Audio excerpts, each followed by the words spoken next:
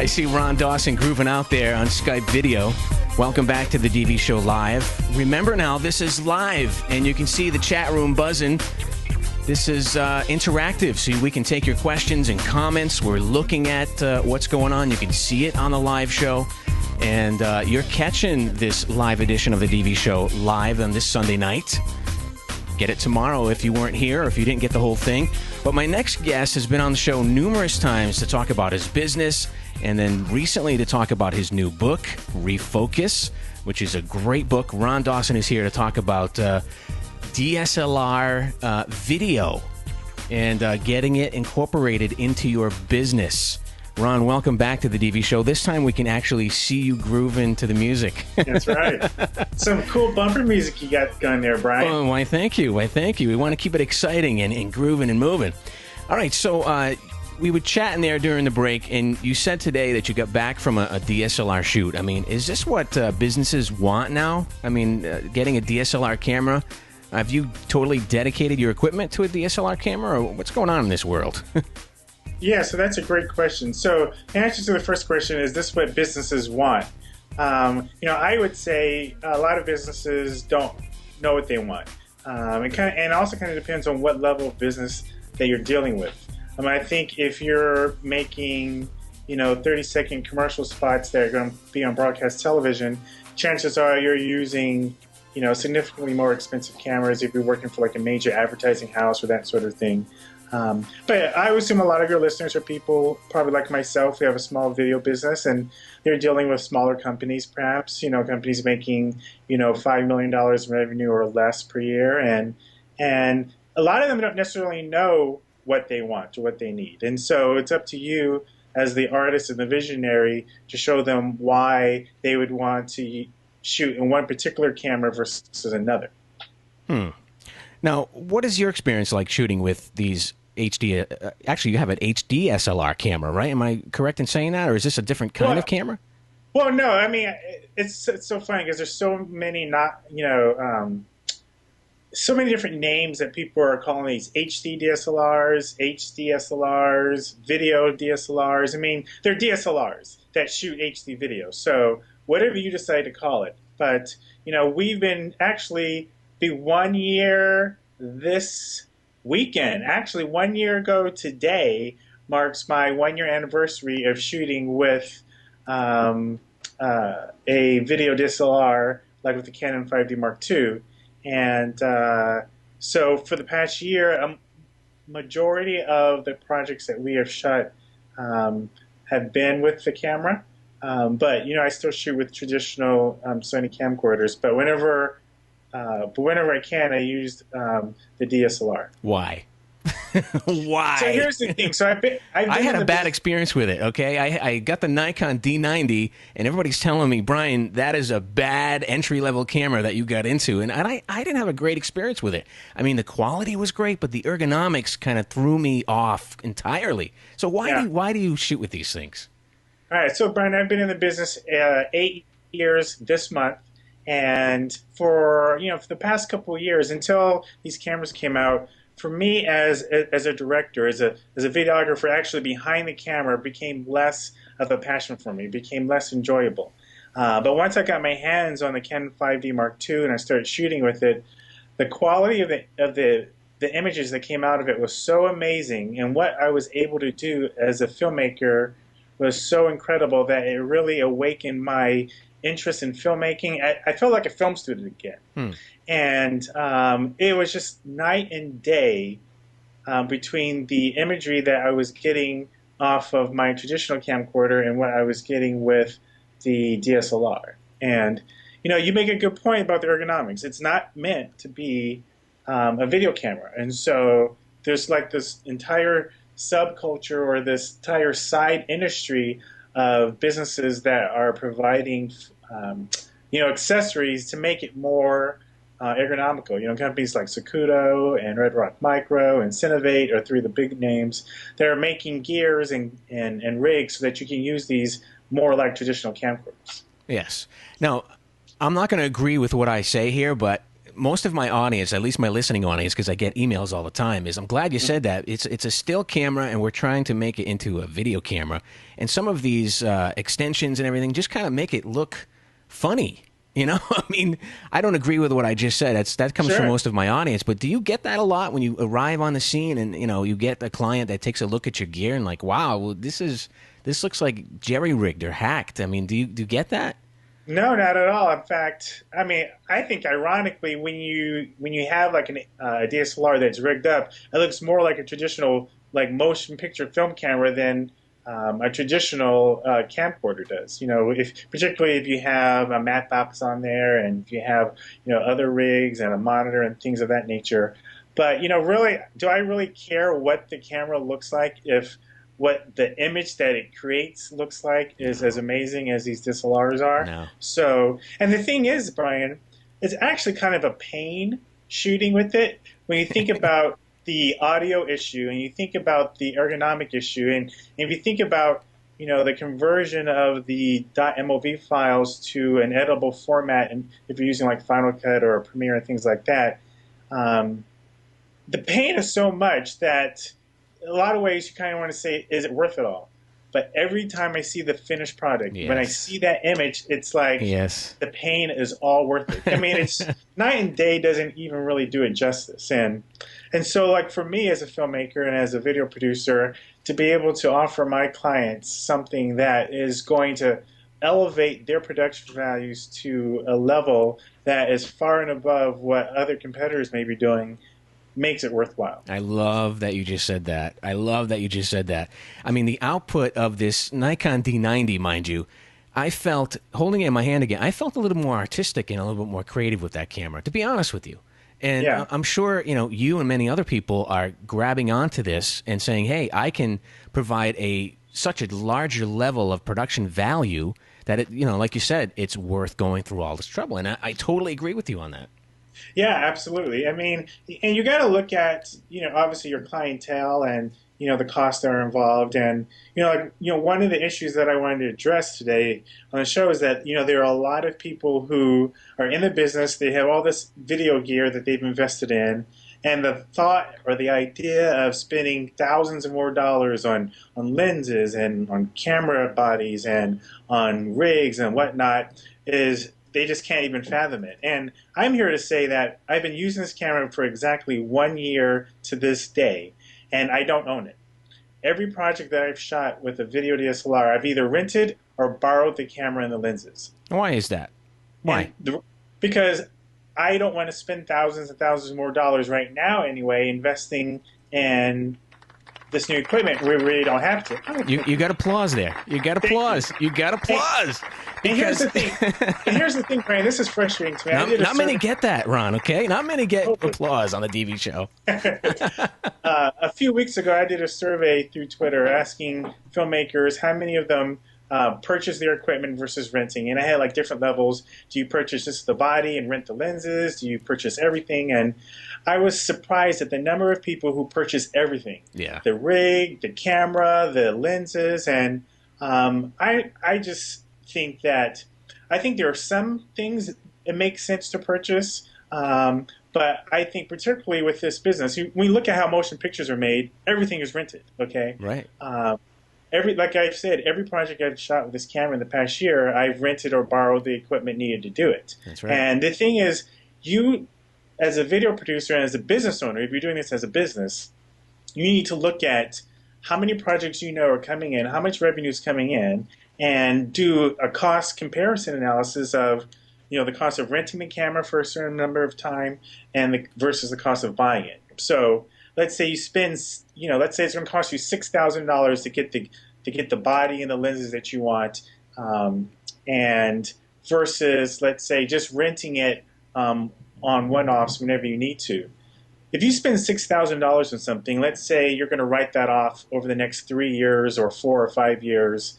You know, let's say you do it over 5 years. That's $1,200 a year, $100 a month, let's say, that is going towards the cost of that camera. And are you getting that business? Maybe you are, maybe you're not.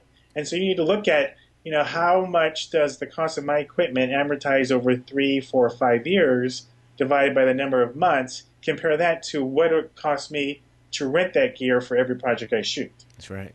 You roll it into the expense of the project, which is what Absolutely. I do. Which is what I do. You have to. I don't own a camera for one reason, is because technology moves so fast. If you were to invest in all of this equipment, now, if you were to invest in, 5D and just go total DSLR workflow, in say 6 or 7 months, that's all going to change, and your investment just kind of went down the tube. A perfect example is the 5D Mark II, the 7D, and the Canon T2i or the 550D if you're outside of the U.S. And if you had gone full blown into the 5D Mark II when it first came out, $2,600 for the body, then who knows for the lenses and everything. It wasn't too much. Just this past November, the 7D came out, and just a few months ago, the 1D Mark IV came out, and then the T2i came out. So, like you said, Brian, technology is changing so fast. There's Moore's Law, and so you have all these things going on. I mentioned earlier 5 years as an amortization schedule. I think that's too long. Equipment nowadays lasts maybe 2 to 3 years before it really gets outdated. So you got to ask yourself, does it really make sense for me to buy? Now, if you're doing a gang load of projects every year, like say you're a wedding videographer and you're doing 50, 60, 70 weddings a year, or if you're a commercial guy and you're doing a lot, and if it makes sense, I never make a purchase until I see the number of projects I have coming in, and if the amount of money I'm going to spend renting is going to be equal in 1 year to the amount I would have paid buying, then I may just might as well go ahead and buy. Oh my God. But you need to do that math, right. And if you're not doing the number of projects to justify it, then just rent. That's right. I agree with you 100%. I was going to click on the applause button there to give you more applause, but I had the volume down, but you were going to get it again. Thank you. I don't own a camera either, just to let you know. I mean, everybody thinks I own these cameras, and, when I talk about the camera that I own on a podcast or a vidcast or whatever, that's the day that I rented it, and that's the time that I'm using it. The only camera I own is right in front of me, and it's a Sony TRV 900 that I found at a secondhand store here in the Massachusetts area for $9. That's it. Yeah. That's the only camera that I use just for the show. But when I go out and have a client, they pay for a camera rental. Right. So, right. And you build that in, and you build that into your budget, or you build that into the fee that you're charging your client. Exactly. Now, what DSLR camera do you use? What's your favorite? I mean, everybody right now is up in arms about the Canon and the 5D. I mean, what about all these other brands that are out there? Have you used any of them, or which one is your favorite? Or? The two that I've used are the 7D and the 5D Mark II. Right now, if I had my druthers, I would go with the 5D Mark II with the firmware with the 24p because it's a full frame sensor. I've worked with the 7D and I really love it. I love the fact that you have the higher frame rates on the 7D, the 50 and the 60 frames per second. So you can get that nice true slow-mo if you're bringing it back down to like a 24p project. So the 7D and the 5D are the two that I really like. If I were to go out and actually plunk down my own hard-earned dollars for one, though, I'd probably go with the T2i because the video quality is just right up there with the 7D. And for a lot of the projects I do, it would do what it needs to do, and I could rent, another body for bigger projects if I really needed it. Awesome. I like that you said that. And who knows? I mean, we were just speaking to Steve Garfield, top of the hour for a whole half hour there, and who knows? A little DSLR camera will probably be pocket-sized by the time, in 3 years from now. Who knows? Oh, yeah. It's crazy. Yeah. How much is a rental in your area? I mean, does rental really kind of fit in if you have a lot of projects like you said? I mean, would it be more wise to purchase one? I mean, when do you kind of realize that, hey, I should buy one now, and when do you say I should rent one now?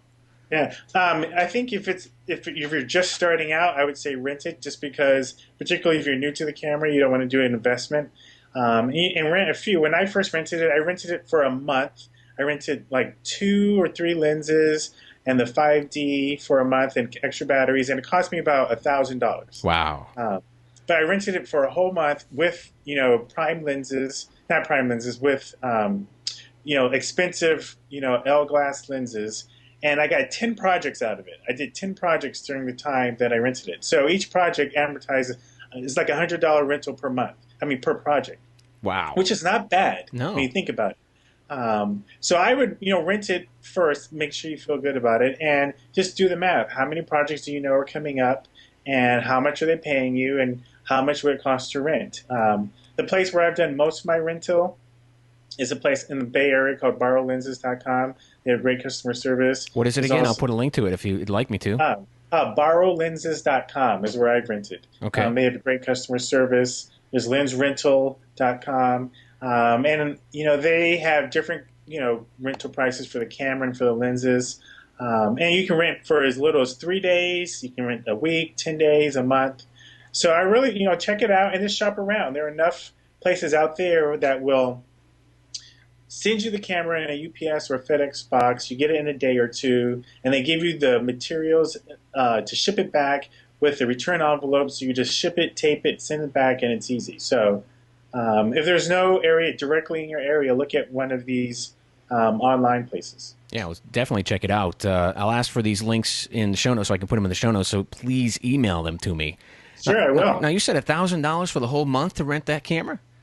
Yeah, Wow. I rented when I first rented it. It was the Body, the 5D Mark II. I rented a 70 to 200 with an image stabilizer, and I think it was a 2.8, 70 200 2.8, and then I rented a 24 to 70 L glass lens. I think those are the two I rented, and then I rented a couple of extra batteries and the battery chargers. So all told, it came to about $1,000 for 1 month rental. And if you compare those rental prices to like renting like a full size 3-chip video camera, you're going to realize that that's an amazing price. I totally agree. That's like off the wall. You must have like a relationship with them or something. No, not at all. That's the price. That was the other thing, was that, to rent like a 1/3 or 2/3 inch 3-chip camera for a weekend can cost you a few $100s.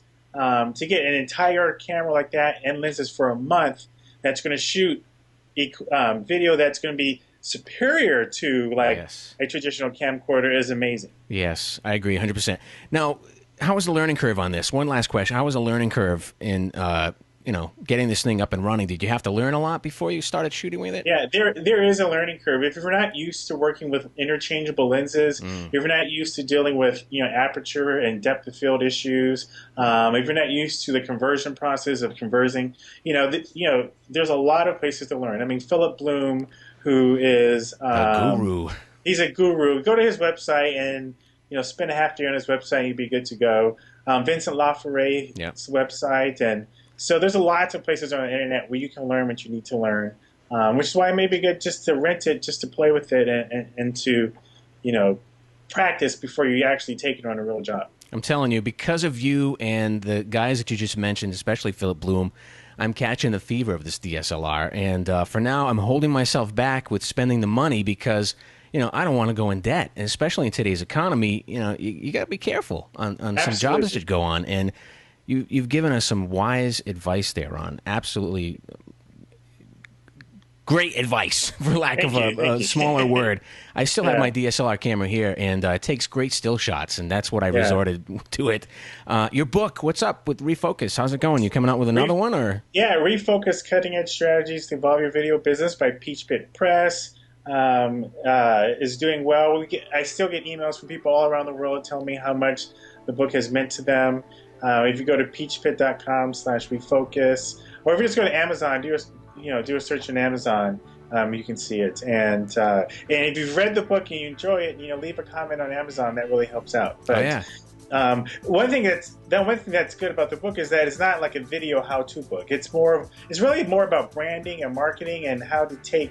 The first third of the book is kind of like video stuff, but 2/3 of the book is applicable to any business, but we just kind of gear it towards the video side. Well, if you give the advice in that book, the little speck of it that we got tonight, how many pages is Refocus? It's like probably a couple hundred pages. I mean, we just got a piece of what this entire book is like, right? Yeah. I don't talk about video DSLRs in the book, but I do talk about the importance of knowing your business and branding and marketing. But maybe a DSLR book would be next. I mean, smart wisdom coming from you, experience. How long have you been involved in video production? Quite a while, I'm assuming, right? I originally took courses in 1992, so I originally took film and video courses, and I started my business 8 years ago. Wow. And you never looked back ever since. Never looked back. All right, Ron, it's always a pleasure to have you on the show. Any advice you want to give us, feel free to come on. I know Steve Garfield's still watching. You guys just feel free to come on. This is an outlet for you, and we love the content, and you know, it's good stuff for our listeners. Again, we'll put links to your website, which again is BladeRonner.com. BladeRonner.com. We'll also put links to your book. Ron, thanks for coming on the DV show again. This time we can actually see you. Hey, thanks a lot, Brian. Have a good one. You too. Bye-bye. All right, Ron Dawson there. Always a pleasure to have him on the DV show, especially the live edition of the DV show. I'm telling you, man, we are really getting it on here, for lack of a better word, with guests. We have some great guests next week. If you saw there on the bottom of the hour, we have Steve Savanu from Audio Technica coming on board to talk about the June 12th problem that is happening with wireless audio. So if you have a wireless microphone that you're using in a church environment or for video production, you want to listen to what Steve Savanu has to say. Also, Bruce Zimmerman is coming on board to talk about audio for video and all the trends and marketing and all that good stuff that goes along with that. And if you didn't know it yet, we're going to talk about it this week, next week as well, and how AT&T is going to be charging you licensing fees to use your video camera. We're hooking up right now with some entertainment attorneys to answer this question on why we as video producers have to pay a licensing fee for the cameras that we own. Check it out. We have links to it all over the place on Twitter and on our website at thedvshow.com. We'll talk to you next week when we are live again, Sunday night, 8 p.m. Eastern Time. Talk to you then.